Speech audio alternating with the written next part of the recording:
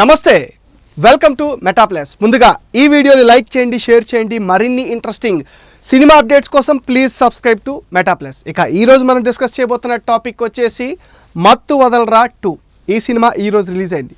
మరి ఈ సినిమా ఎలా ఉంది, ప్రేక్షకుల్ని మెప్పించిందా, థియేటర్లో నవ్వులు పూయించిందా, ఇలాంటి ఇంట్రెస్టింగ్ డీటెయిల్స్ తెలుసుకుందాం. ఇక లేట్ చేయకుండా స్ట్రైట్గా మ్యాటర్లోకి వస్తే, రితేష్ రాణా డెబ్యూ డైరెక్షన్ చేసిన సినిమా మత్తు వదలరా. ఆ సినిమాతోనే కీరవాణి రెండో కొడుకు హీరోగా, పెద్ద కొడుకు మ్యూజిక్ డైరెక్టర్గా పరిచయం అయ్యారు 2019లో. కరెక్ట్గా 5 ఏళ్ల తర్వాత మళ్ళీ ఇప్పుడు ఆ సినిమాకి సీక్వెల్గా మత్తు వదలరా 2 వచ్చింది. మరి ఆ సినిమా ఎలాంటి అంచనాలు లేకుండా వచ్చి మంచి హిట్ అందుకుంది. ఆబ్వియస్లీ ఫస్ట్ పార్ట్ హిట్ అయిన తర్వాత సెకండ్ పార్ట్ పైన ఎంతో కొంత హోప్స్ అయితే ఏర్పడతాయి. అలాగే జనరల్గా ఈ సినిమా పైన కొన్ని హోప్స్ అయితే పెట్టుకున్నారు. మరి అవి థియేటర్లో ఎంతవరకు ఫుల్ఫిల్ అయ్యాయని నా పర్స్పెక్టివ్ వరకు చూసుకున్నట్లయితే, మత్తు వదలరాతో కంపేర్ చేస్తే ఈ సినిమాలో సేమ్ కీరవాణి రెండో కొడుకు హీరోగా సత్య అవే క్యారెక్టర్స్ని కంటిన్యూ చేస్తూ సీక్వెల్ని ప్లాన్ చేసుకున్నారు.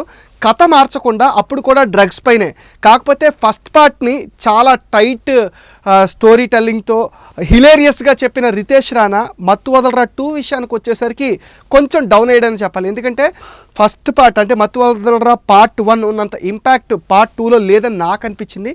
దానికి రీజన్ ఏంటంటే, ఈ సినిమాలో హీరో పేరుకి శ్రీసింహ, కానీ సినిమా మొత్తాన్ని తన భుజాలపైన వేసుకుని నడిపించేది మాత్రం సత్య అనే చెప్పాలి.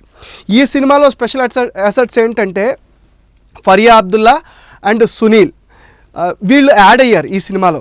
సో ఆబ్వియస్లీ సునీల్ అంటే మనకు తెలుసు, అతను కామెడీ టైమింగ్ కావచ్చు, అతను ఈ మధ్యకాలంలో కొన్ని విలన్ రోల్స్ చేస్తున్నా తన కామెడీ టైమింగ్ మర్చిపోకుండా ఇందులో కామెడీ క్యారెక్టర్ ఉంటుంది. సినిమాలో ఎంతమంది ఉన్నా అందరినీ మర్చిపోయి మన ఫోకస్ మొత్తం కమీడియన్ సత్య మీదకే వెళ్ళిపోతుంది. దానికి రీజన్ ఏంటంటే, కనిపించిన ప్రతి సీన్లోని టైం దొరికిన ప్రతిసారి తన లైనర్స్తో, తన కామెడీ మేనరిజమ్స్తో విపరీతంగా, అసలు స్టార్ హీరోల సినిమాలు చూస్తే వాళ్ళు మాస్ ఫైట్లు చూస్తే మనం ఎలా అయితే ఏళ్ళలో గోల్లో చేస్తామో, సత్యాన్ని చూస్తే మత్తు వదలరా 2లో సేమ్ ఫీలింగ్ కలుగుతుంది. ఇక పర్టికులర్గా క్లైమాక్స్కి వచ్చేసరికి పడి లేచే వయసు 16 ఏళ్ల వయసు అనే మెగాస్టార్ సాంగ్ ఉంటుంది. అక్కడ చిరులాగా తనిచ్చే ఎక్స్ప్రెషన్స్ అయితే అసలు నెక్స్ట్ లెవెల్ అని చెప్పాలి. సినిమాని టైం దొరికిన ప్రతిసారి ఒక బీభత్సంగా నటించాడు అనమాట. తన కామెడీ టైమింగ్తో సినిమా చూడాలి అనుకుంటే మెయిన్ అసెట్ ఎవరంటే ఈ సినిమాకి సత్య అనే చెప్పాలి. తన కామెడీ టైమింగ్ సూపర్. సినిమా కాలక్షేపం అవ్వాలి అంటే కారణం కూడా తనే. శ్రీసింహ ఉన్నా కానీ ఒక రకంగా చెప్పాలంటే సత్య హీరో, శ్రీసింహ సపోర్టింగ్ రోలా అన్న ఫీలింగ్ మనకు కలుగుతుంది. ఎందుకంటే ఆ రేంజ్లో సత్య దూసుకుపోయాడు. డైరెక్టర్ కూడా నాకు తెలిసి ఆ క్యారెక్టర్ పైన ఎక్కువ ఫోకస్ పెట్టాడు. ఇక కథ విషయానికి వస్తే, ఆల్రెడీ మనం పార్ట్ 1లో చూసాం, వాళ్ళిద్దరు డెలివరీ బాయ్స్ కింద పనిచేస్తారు. సో అందులో ఒక డ్రగ్ కేసులో ఇరుక్కోవడం వల్ల ఉద్యోగాలు పోతాయి. పోయిన తర్వాత వీళ్ళు ఇక్కడ హీ టీమ్ అనే దాంట్లోకి జాయిన్ అవుతారు. హీ టీమ్ అంటే హై ఎమర్జెన్సీ, అంటే హై ప్రొఫైల్ కేసులు పోలీసులకు సంబంధం లేకుండా వీళ్ళు డీల్ చేస్తుంటారు. ఒక డిటెక్టివ్ ఏజెన్సీ లాంటిది. అందులో వాళ్ళ తెలివితేటలు ఉపయోగించి ఆ జాబ్ సంపాదించడం, ఈ కిడ్నాపర్స్ని చేజ్ చేయటం ఇలాంటివి చేస్తుంటారు. అలాంటి దాంట్లో వాళ్ళు జాబ్ సంపాదించి ఆ కిడ్నాపర్స్ దగ్గర డీల్స్ సెట్ చేసుకుని కొంత అమౌంట్ వెనకేసుకుంటుంటారు. అలాంటి టీంలో పనిచేస్తున్న వాళ్ళు అనుకోకుండా ఒక మర్డర్ మిస్టరీలో ఇరుక్కుంటారు. ఒక అమ్మాయిని మర్డర్ చేసిన కేసులో వాళ్ళు అనుకోకుండా ఇరుక్కుంటారు. దాని నుంచి ఎలా బయటపడ్డారు అన్నదే సినిమా రిమైనింగ్ స్టోరీ అంతా. కాకపోతే ఈ సినిమా నా వరకు నాకు అనిపించింది ఏంటంటే, అంత గ్రిప్పింగ్ అనిపించదు. ఇప్పుడు రొటీన్ చూసే సినిమా లాగా అనిపించింది. యాక్చువల్లీ రితేష్ రాణా అంటే ఒక డిఫరెంట్ టైప్ ఆఫ్ అవి సెట్ చేసుకుంటూ ఉంటాడు. అంటే రెగ్యులర్ సినిమా లాగా అనిపించదు. ఆ లైటింగ్ కావచ్చు, లేకపోతే ఆర్టిస్టుల పర్ఫార్మెన్స్ కావచ్చు, చాలా లైటర్ మోడ్లో ఉంటుంది అండ్ హిలేరియస్గా ఉంటుంది. సో ఈసారి ఏమైందంటే అదే టైప్ ఆఫ్ కాన్సెప్ట్ అదే తీసుకున్నాడు, కానీ అనుకున్న స్థాయిలో పార్ట్ 1తో కంపేర్ చేస్తే ఆ రీచ్ ఉండదు. ఎందుకంటే అక్కడ టైట్గా నడిచిన కథ ఇక్కడికి వచ్చేసరికి మనం ముందే జడ్జ్ చేస్తాం. ఏం జరుగుతుంది అనేది సగటు ప్రేక్షకుడికి తెలిసిపోవటం, రొటీన్ సీన్స్, దానివల్ల ఏమైందంటే మనకి అంత ఇంపాక్ట్ అయితే అనిపించలేదు నా వరకు. ఈ సినిమాలో ఫరియా అబ్దుల్లా వచ్చి కొంచెం బోల్డ్గా నటించింది. ఆ అమ్మాయి పర్ఫార్మెన్స్ కూడా అంతంత మాత్రం, ఎందుకంటే ఆ అమ్మాయికి ఎక్కువ స్కోప్ అయితే అక్కడ లేదు.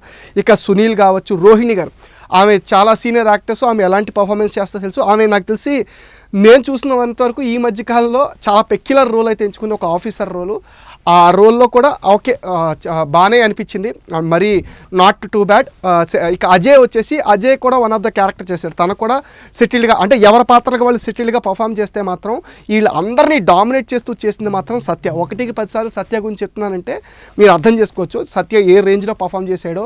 థియేటర్లో మనం కొట్టే చప్పట్లు కావచ్చు, నవ్వుకునే నవ్వులు కావచ్చు, లేకపోతే ఏళ్ళ కావచ్చు, అవన్నీ సత్యాకే చెందుతాయి అనమాట. ఎందుకంటే తను ఆ రేంజ్లో మెస్మరైజ్ చేశాడు. ఇక మ్యూజిక్ డైరెక్టర్ కాలభైరవ, కీరవాణి గారి పెద్ద అబ్బాయి, తను ఆల్రెడీ ఆ సినిమాతో మ్యూజిక్ డైరెక్టర్కి ఎంట్రీ ఇచ్చాడు. తర్వాత చాలా సినిమాలకి తన బ్యాక్గ్రౌండ్ స్కోర్తో మెస్మరైజ్ చేశాడు. ఈ సినిమాలో కూడా ఆ మెస్మరైజేషన్ అయితే కనపడుతుంది. ఎందుకంటే సినిమాలో పాటలు ఎక్కడా కనిపించవు, కానీ సన్నివేశానికి సరిపోయే బీజిఎమ్స్ ఇంట్రెస్టింగ్గా ఆ మ్యూజిక్ అయితే అనిపిస్తుంది. తను అయితే మ్యూజిక్ డైరెక్టర్గా ఈ సినిమాలో సక్సెస్ఫుల్ మార్కులు పడ్డాయి. ఇక శ్రీసింహ వచ్చేసి యాజ్ యూజువల్గా ఫస్ట్ పార్ట్లో తాలూకా కథే కాబట్టి తినకు కూడా ఓకే హీరో కింద బాగానే చేశాడు, అంటే ఎక్స్ట్రాడినరీగా పర్ఫార్మెన్స్ చేశాడు అనడానికి తనకు అంత స్కోప్ ఉన్న క్యారెక్టర్ కాదు, ఆ లిమిటెడ్గా ఉంటుంది. సో పక్కన తనకు తోడు సత్య పేరు అవడంతో ఏమైందంటే ఇక తను ఎంత చేసినా చెప్తున్నాడు కదా కనిపించకుండా అయిపోయినట్టు నా వరకు అలా అనిపించింది. ఓకే ఈ మధ్యకాలం తన గత సినిమాలతో కంపేర్ చేసుకుంటే డైలాగ్ డెలివరీ కావచ్చు, లేకపోతే పర్ఫార్మెన్స్ ఎక్స్ప్రెషన్స్ కొంచెం సెటిల్డ్గా శ్రీసింహ చేసినప్పటికీ సత్య పక్కన ఉండిపోవటం వల్ల తను డామినేషన్ అయిపోయాడు. ఇక ఓవరాల్గా నా ఎక్స్పీరియన్స్ నేను చూస్తుంది ఫస్ట్ హాఫ్ వరకు సినిమా చాలా రేసీగా సాగిపోతే ఇక సెకండ్ హాఫ్కి వచ్చేసరికి సినిమా కొంచెం డల్ అయిందని చెప్పాలి. ఎందుకంటే రితేష్ రాణా వెన్నెల కిషోర్కి చాలా మంచి ప్లాట్ఫామ్ ఇస్తాడు. ఎందుకంటే తన సినిమాల్లో వెన్నెల కిషోర్ని చాలా స్పెషల్గా ట్రీట్ చేస్తాడు, ఆ కామెడీ చాలా హిలేరియస్గా ఉంటుంది. కానీ ఈ సినిమాలో అది పెద్దగా వర్కౌట్ అవ్వదని చెప్పాలి. ఈ సినిమాలో యువ అనే ఒక హీరో క్యారెక్టర్ కింద చేశాడు, అది వచ్చి సినిమాని హిలేరియస్గా నెక్స్ట్ లెవెల్ అంటే ఫస్ట్ హాఫ్ అంతా సత్య క్యారీ చేశాడు, సెకండ్ లెవెల్ వచ్చేసి వెన్నెల కిషోర్ నవ్విస్తాడని మనం ఎక్స్పెక్ట్ చేస్తాం. కానీ అక్కడ ఏమైందంటే వెన్నెల కిషోర్ ట్రాకే కొంచెం అబ్రాప్ట్గా అనిపించింది, అంత హిలేరియస్గా అనిపించలేదు. చిన్నగా సీన్స్ ఉంటాయి కానీ ఓకే చెల్తా అన్నట్టు అనిపిస్తుంది. సెకండ్ హాఫ్ వచ్చి సినిమాకి కొంచెం మైనస్. అండ్ ఓవరాల్గా నా ఎక్స్పీరియన్స్ సెకండ్ హాఫ్ డల్ అయింది. అలా కాకుండా కథ పైన, అంటే డైరెక్టర్ ఓన్లీ కామెడీ పైన ఎక్కువ ఫోకస్ పెట్టడం వల్ల కథ కొంచెం వీక్ అయిందని నేను ఫీల్ అయ్యాను. కథను కూడా కొంచెం బిల్డప్ చేసి ఉంటే ఇంకా సినిమా ఇంకో నెక్స్ట్ లెవెల్లో అనిపించేది. నా వరకు నేను ఫీల్ అయింది థియేటర్లో ఓకే చెల్తా టైం పాస్. లాజిక్స్ అవి పట్టుకుంటే మాత్రం ఈ సినిమా చూడలేము. లాజిక్స్ లేకుండా హిలేరియస్గా నవ్వుకోవాలి అనుకుంటే సరదాగా ఒకసారి చూడొచ్చు. కానీ థియేటర్కి వెళ్ళి చూస్తారా లేదా అన్నదైతే మరి అది ఆడియన్స్ మీద డిపెండ్ అయి ఉంటుంది. ఈ cinema out and out entertaining అయితే బాగుంటుంది. అండ్ నా వరకు నా పర్స్పెక్షన్లో మళ్ళీ చెప్తున్నాను సత్య ఈజ్ ద హీరో. యావరేజ్గా నేను ఫీల్ అయ్యాను. ఈ సినిమాకి నా ఈ అవుట్ ఆఫ్ 5 రేటింగ్లో 2.5 అయితే నేను ఇస్తాను. నా రివ్యూ పైన మీ ఒపీనియన్ని కామెంట్ సెక్షన్లో పోస్ట్ చేయడం మర్చిపోద్దు. మీరు ఇచ్చే కామెంట్స్తో మరిన్ని ఇంట్రెస్టింగ్ వీడియోలు మీకు అందిస్తాం.